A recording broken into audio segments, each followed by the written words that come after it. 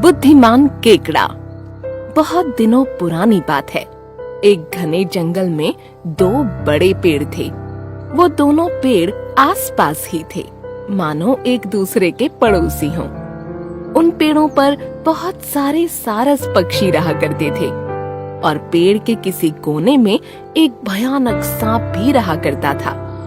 जब सारस पक्षी दाना पानी ढूंढने जंगल जाते तो वह सांप पेड़ पर चढ़ता और अपना पेट भरने के लिए उस पेड़ पर रहने वाले सारस के छोटे छोटे बच्चों को खा जाता।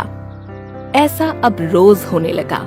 सांप रोज उन छोटे छोटे बच्चों को निगल जाता और बेचारे सारस पक्षी उसका कुछ बिगाड़ न पाते।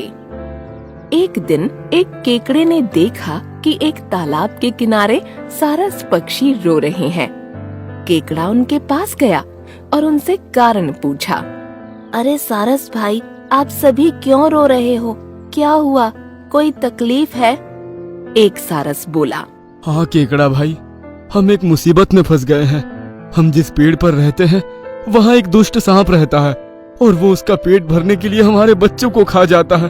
हम करें तो क्या करें? केकड़े ने मन में सोचा कि सारस पक्षी तो हमारे जाति का भी दुश्मन है।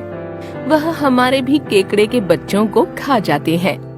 क्यों न मैं एक ऐसी चाल चलूं जिससे सांप भी मरे और साथ ही साथ यह सारस पक्षी भी खत्म हो जाएं। इसलिए केकड़ा बोला, रो मत, मेरे पास एक आइडिया है जिससे आप उस सांप को मार सकते हो।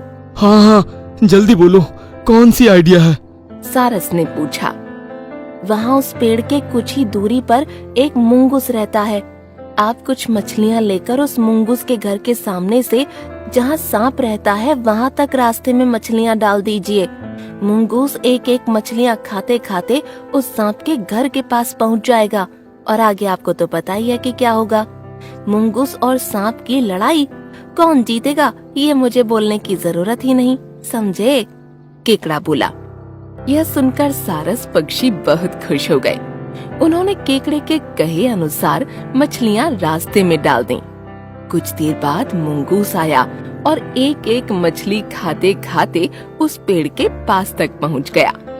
उसने वहाँ उस सांप को देख लिया और देखते ही मुंगूस सांप पर झपट पड़ा और आखिरकार मुंगूस ने उस दुष्ट सांप को मार डाला।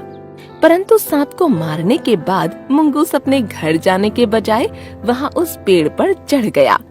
वहाँ उसने सारस के छोटे छोटे पक्षी देखे तो उसके मुंह में पानी आ गया। और फिर क्या था, एक एक करते करते मुंगूस ने उन छोटे छोटे बच्चों को और अंडों को खा लिया। यह देख बचे हुए सारस ने अपना सर पकड़ लिया और वह रोने लगा। तो दोस्तों, इस कहानी से हमें यह समझ आता है कि हमें अपना दिमाग इस्तेमाल करना चाहिए और दूसरों की बातों में आकर कर्म नहीं करना चाहिए।